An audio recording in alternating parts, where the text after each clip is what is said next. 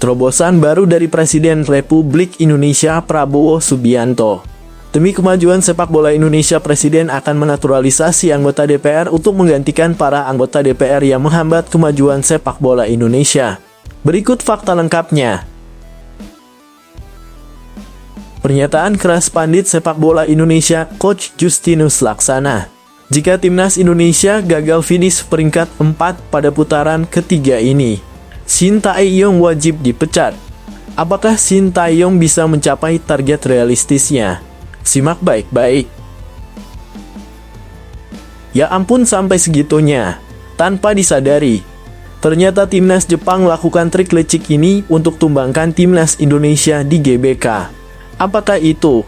Mengapa timnas Jepang tega melakukan hal ini? Berikut penjelasan lengkapnya. Sebelum lanjut ke beritanya, jangan lupa untuk tekan tombol subscribe agar kamu tidak ketinggalan konten menarik lainnya dari channel Total Timnas. Terobosan baru dari Presiden Republik Indonesia Prabowo Subianto. Demi kemajuan sepak bola Indonesia, Presiden akan menaturalisasi anggota DPR untuk menggantikan para anggota DPR yang menghambat kemajuan sepak bola Indonesia. Berikut fakta lengkapnya. Presiden Prabowo Subianto bisa saja tengah mempertimbangkan langkah baru yang tidak biasa untuk mendorong kemajuan sepak bola Indonesia. Mungkin dalam sebuah pernyataan terbaru, semoga Prabowo menyebutkan rencana untuk mendatangkan tokoh-tokoh dari Belanda yang memiliki keahlian dalam pengelolaan dan pengembangan sepak bola modern. Mereka akan dinaturalisasi dan diangkat menjadi anggota Dewan Perwakilan Rakyat DPR guna memberikan masukan strategis dalam memajukan persepak bolaan nasional. Seperti halnya harapan fans timnas Indonesia. Karena akhir-akhir ini banyak anggota DPR yang gak paham sepak bola tapi mencoba untuk mengkritik gak jelas dan mengganggu timnas Indonesia menuju puncak kejayaan. Prabowo pasti akan percaya bahwa kolaborasi dengan pihak asing yang memiliki pengalaman panjang di dunia sepak bola, khususnya dari negara yang sudah terkenal dengan akademi sepak bola berkualitas seperti Belanda, akan memberikan perubahan signifikan bagi sepak bola Indonesia. Selain sebagai anggota DPR, para tokoh ini juga akan bertugas sebagai penasihat bagi kementerian terkait dalam perencanaan kebijakan sepak bola. Indonesia membutuhkan pandangan baru dan pemahaman mendalam mengenai sepak bola. Dengan kehadiran tokoh-tokoh dari Belanda, kita berharap bisa menciptakan sistem pembinaan yang lebih baik, meningkatkan kualitas kompetisi, serta memperbaiki infrastruktur yang ada. Begitulah kira-kira kata Prabowo. Apabila benar kabar ini, pasti akan disambut antusias oleh masyarakat dan insan sepak bola tanah air, mengingat adanya harapan besar untuk kebangkitan sepak bola nasional yang lebih profesional dan kompetitif. Di sisi lain, ada kabar baik buat pecinta timnas Indonesia. Akhirnya, anggota Komisi 10 DPR RI Anita Jachobagdah ditegur partai yang mengusungnya, Partai Demokrat, usai memberikan kritik keras untuk naturalisasi yang dilakukan timnas Indonesia. Anita Jachobagdah sebelumnya memberikan kritik keras kepada naturalisasi yang dilakukan timnas Indonesia. Hal ini ia utarakan saat raker Komisi 10 DPR RI untuk proses naturalisasi Kevin Dix, Noala Atomu, dan Estela Lopati pada Senin 4 November 2024. Anita merasa PSSI terus-terusan melakukan proses naturalisasi untuk timnas Indonesia. Padahal menurutnya Indonesia tidak kekurangan atlet sehingga tak perlu mengambil dari luar negeri. Kami berharap sebagai rakyat Indonesia, sebagai wakil seluruh rakyat Indonesia, saya berharap bahwa semoga ini yang terakhir, ujar Anita Jachobagdah. Karena kita tidak miskin atlet. Siapa bilang kita miskin? Kita banyak atlet, kenapa kita harus ambil dari luar terus? Apalagi saya dari Nusa Tenggara Timur, provinsi tertinggal, terbelakang. Tetapi gudangnya atlet. Lari, tinju, sepak bola, saya rasa pasti kita punya banyak atlet di Indonesia.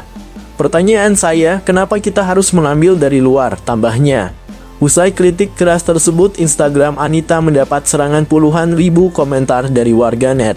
Pada Selasa 5 November 2024, Partai Demokrat yang membawahi Anita Jachobagdah pun mengaku akan menindaklanjuti sang politisi. Anita dianggap tidak mendukung program Presiden Prabowo Subianto.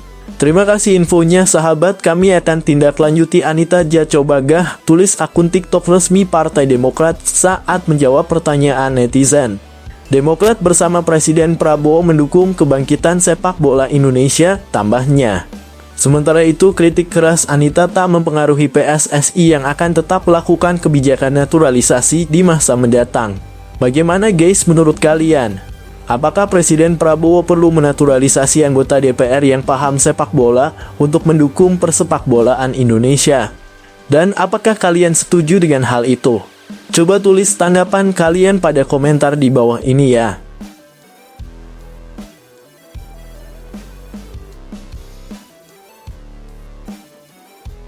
Pernyataan keras pandit sepak bola Indonesia, Coach Justinus Laksana. Jika timnas Indonesia gagal finish peringkat 4 pada putaran ketiga ini, Shin Tae-yong wajib dipecat. Apakah Shin Tae-yong bisa mencapai target realistisnya? Simak baik-baik. Pengamat sepak bola tanah air Justinus Laksana meminta Shin Tae-yong dipecat dari timnas Indonesia jika skuad Garuda gagal lolos ke babak keempat kualifikasi Piala Dunia 2026 zona Asia. Pria yang biasa disapa Coach Justin itu mengatakan lolos ke babak keempat merupakan harga mati bagi timnas Indonesia. Sesuai jadwal, Indonesia masih bertemu lawan di kandang, yang mana kita bisa dapat 3 poin per laga melawan Arab Saudi, Bahrain, dan Cina. Anggap saja kalau lawan Jepang, kita sapu bersih 3 pertandingan kandang lain, tegas Coach Justin di channel YouTube Nalar TV Indonesia, Senin 4 November 2024. Gue setuju dengan Erick Thohir dan tidak ada diskusi lagi, timnas Indonesia harus finish 4 besar. Kalau tidak masuk 4 besar, Shin Tae-yong pecat, lanjut mantan pelatih timnas futsal Indonesia ini. Sebelumnya, Erick Thohir membeberkan evaluasi yang dilakukannya untuk Shin Tae-yong. Mantan Presiden Inter Milan ini menegaskan timnas Indonesia wajib finish 4 besar di klasemen akhir grup C kualifikasi Piala Dunia 2026 zona Asia. Termasuk evaluasi untuk Coach STY, target kami wajib finish 4 besar di grup. Tidak ada tawar-menawar, kata Erick Thohir kepada awak media di Musyawarah Nasional Perbasi, Senin 28 Oktober 2024.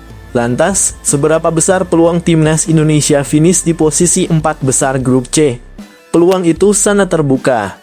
Hingga matchday keempat grup C kualifikasi Piala Dunia 2026 zona Asia, timnas Indonesia berada di posisi 5 dengan 3 angka. Timnas Indonesia hanya terpaut 2 poin dari Australia, Arab Saudi, dan Bahrain yang berturut-turut menempati posisi 2, 3, dan 4 klasemen.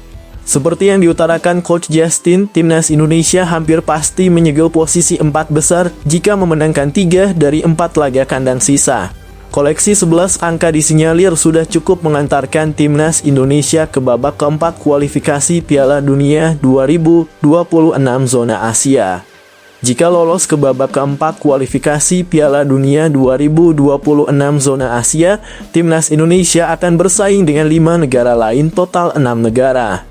Sebanyak 6 negara ini merupakan tim-tim yang finish di posisi 3 dan 4 klasemen akhir grup A, B, dan C babak ketiga kualifikasi Piala Dunia 2026 zona Asia. Sebanyak 6 negara itu dibagi ke dalam 2 grup, yang mana masing-masing grupnya berisikan 3 tim. 2 tim yang finish sebagai juara di masing-masing grup berhak lolos Piala Dunia 2026. Sementara itu, tim yang finish runner-up di masing-masing grup akan bentrok di playoff zona Asia.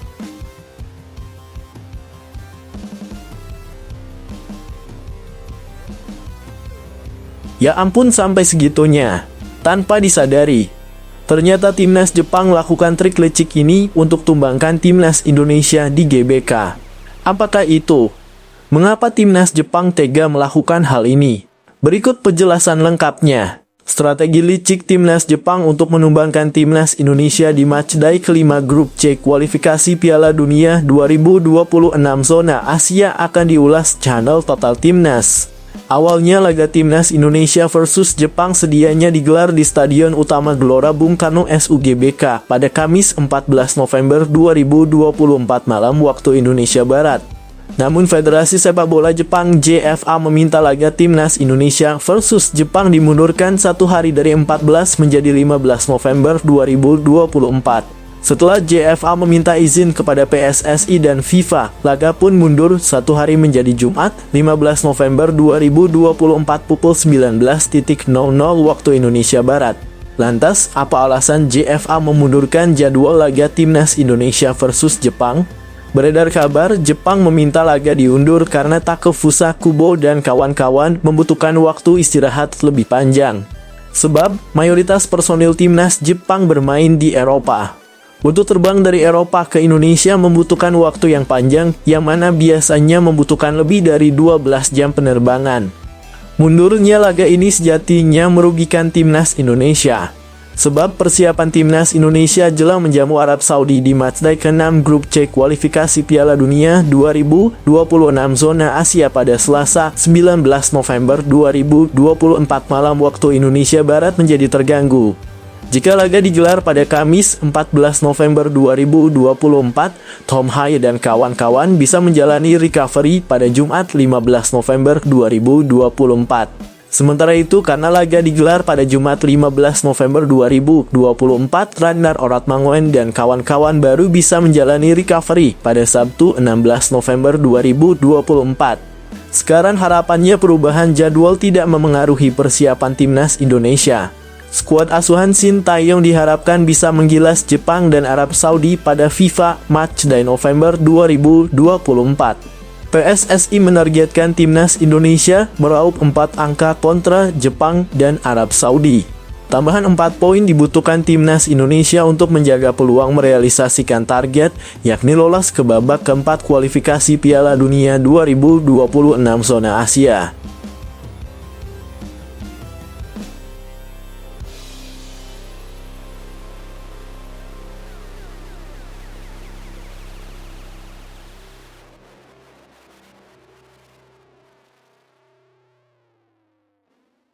Gila, semangat dan nasionalismenya luar biasa. Padahal pertandingan versus Jepang dan Arab Saudi masih lama. Akan tetapi sang penjaga gawang kesayangan kita semua Maarten Paes sudah bergegas siap terbang ke Indonesia. Respect abangku. Maarten Paes jadi sorotan karena sudah berangkat ke tanah air jelang duel Timnas Indonesia versus Timnas Jepang dalam lanjutan grup C babak ketiga kualifikasi Piala Dunia 2026 zona Asia. Netizen pun menyambut antusias sikap Maarten Paes dengan melempar pujian karena melihat semangat sang kiper. Ya, penjaga gawang Timnas Indonesia, Maarten Paes sudah berangkat menuju Indonesia menjelang berhadapan dengan Jepang dan Arab Saudi. Hal itu diketahui dari unggahan story akun Instagram resmi Maarten Paes dalam kurung @maartenpaes Selasa 5 November 2024. Dalam unggahan tersebut, Maarten terlihat berada di dalam kabin pesawat. Dia tak menuliskan apapun, namun menyertakan emotikon bergambar pesawat dan bendera Indonesia. Dengan begitu, Maarten bisa menjadi pemain abroad pertama yang sampai ke Indonesia menjelang berhadapan dengan Jepang dan Arab Saudi. Diketahui pertandingan melawan Jepang dan Arab Saudi akan digelar di Stadion Utama Gelora Bung Karno SUGBK, Jakarta. Timnas Indonesia akan terlebih dahulu bersua dengan Jepang pada 15 November 2024, kemudian disusul melawan Arab Saudi pada 19 November 2024. Dua pertandingan itu merupakan bagian dari lanjutan grup C putaran ketiga kualifikasi Piala Dunia 2026 zona Asia. Maarten Paes kemungkinan menjadi pemain abroad paling pertama ke Indonesia karena klubnya FC Dallas tak lolos ke babak playoff Liga Amerika Serikat MLS 2024. Diketahui, FC Dallas menutup musim ini di posisi ke-11 klasemen musim reguler MLS 2024. Sementara itu, Timnas Indonesia dijadwalkan baru akan berkumpul 5 hari sebelum pertandingan melawan Jepang. Hal itu diungkap oleh anggota Komite Eksekutif Exco PSSI, Arya Sinulinga beberapa waktu lalu. Dipanggil mungkin H-Trip 5 atau mungkin H-Trip 4 sampai di Indonesia. Dan mereka cukup dengan latihan-latihan strategi, habis itu sudah bisa ikut langsung tanding. Jadi kita sudah siapin semua juga, kata Arya kepada wartawan termasuk MNC Portal Indonesia, Rabu 30 Oktober 2024. Arya juga menyampaikan kalau tidak ada pemusatan latihan dalam kurung TC jangka panjang. Hal itu tak membuatnya cemas karena dinilai kualitas para pemain timnas Indonesia saat ini sudah tidak perlu diragukan lagi. Mengingat mayoritas kedalaman skuad Garuda saat ini berkiprah di luar negeri. Netizen sendiri antusias melihat semangat para pemain abroad untuk memperkuat timnas Indonesia. Beragam doa dan harapan pun disampaikan untuk Maarten Paes di media sosial. "Kok cepet banget bang?" tulis netizen. "Semangat betul Bang Paes, MLS udah libur sih ya," tulis netizen lainnya.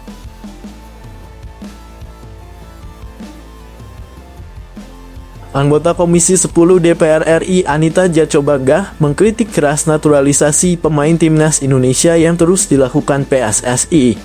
Menurutnya, Indonesia tak miskin atlet. Hal ini disampaikan Anita Jachobagah dalam rapat kerja Komisi 10 DPR RI yang membahas permohonan pertimbangan pemberian kewarganegaraan Republik Indonesia atau naturalisasi Kevin Dix, Estella Lopati, dan Noale Atomo, Senin 4 November 2024. Anita Jachobagah dalam rapat ini mengatakan bahwa dia harus memberikan kritikan keras kepada PSSI. Hal ini karena Anita merasa PSSI terus-menerus melakukan proses naturalisasi buat timnas Indonesia. Padahal dia menilai bahwa sebenarnya Indonesia yang memiliki penduduk hampir mencapai 280 juta orang tidak kekurangan atlet. Politisi dari Partai Demokrat tersebut mengatakan bahwa sebagai wakil rakyat, dia harus menanyakan langkah PSSI ini. Dia bertanya sampai kapan PSSI akan terus melanjutkan proyek naturalisasi pemain timnas Indonesia ini. Di bawah Menteri Pemuda dan Olahraga Menpora Dito Aryo Tejo saja sudah tercatat ada 13 pemain yang dinaturalisasi termasuk Kevin Dix dalam gelombang terbaru. Untuk itu Anita Jachobagah pun menanyakan sampai kapan PSSI mau terus mengambil pemain dari luar negeri. "Kami berharap sebagai rakyat Indonesia, sebagai wakil seluruh rakyat Indonesia, saya berharap bahwa semoga ini yang terakhir," ujar Anita Jachobagah dalam raker Komisi 10 DPR RI yang turut dihadiri Bola Sport.com di Gedung Nusantara I Senayan, Jakarta, Senin 4 November 2024. "Karena kita tidak miskin atlet," tegas Anita. "Siapa bilang kita miskin? Kita banyak atlet, kenapa kita harus ambil dari luar terus?" Dia yang berasal dari Nusa Tenggara Timur NTT menegaskan ada banyak atlet meski mereka dari daerah tertinggal. Oleh karena itu, Anita menilai bahwa Indonesia tak kekurangan atlet. "Apalagi saya dari Nusa Tenggara Timur, provinsi tertinggal, terbelakang. Tetapi gudangnya atlet," kata Anita. "Lari, tinju, sepak bola, saya rasa pasti kita punya banyak atlet di Indonesia. Pertanyaan saya, kenapa kita harus mengambil dari luar?" ucap Anita. Menurutnya, PSSI menaturalisasi pemain keturunan ini bukan sekali dua kali. Namun sudah banyak pemain yang dinaturalisasi dan terus berkelanjutan. Padahal menurutnya pemain-pemain yang dinaturalisasi tersebut bisa bagus seperti itu juga karena ada pelatihan yang mumpuni. Untuk itu dalam kesempatan ini dia menanyakan seberapa jauh usaha PSSI dan Kemenpora dalam melakukan pembinaan. "Bukan sekali dan ini sudah beberapa kali," kata Anita. "Ini perlu dipertanyakan dan menjadi perhatian kita semua, Bapak Ibu. Mau sampai kapan kita terus mengambil atlet dari luar? Padahal mereka di sana juga dilatih, mereka berhasil sukses karena ada yang melatih."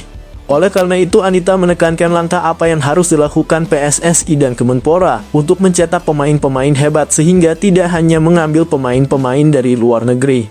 "Berarti pertanyaan kami, bagaimana upaya dari Kemenpora untuk pelatih-pelatih kita ini di Indonesia?" tanya Anita.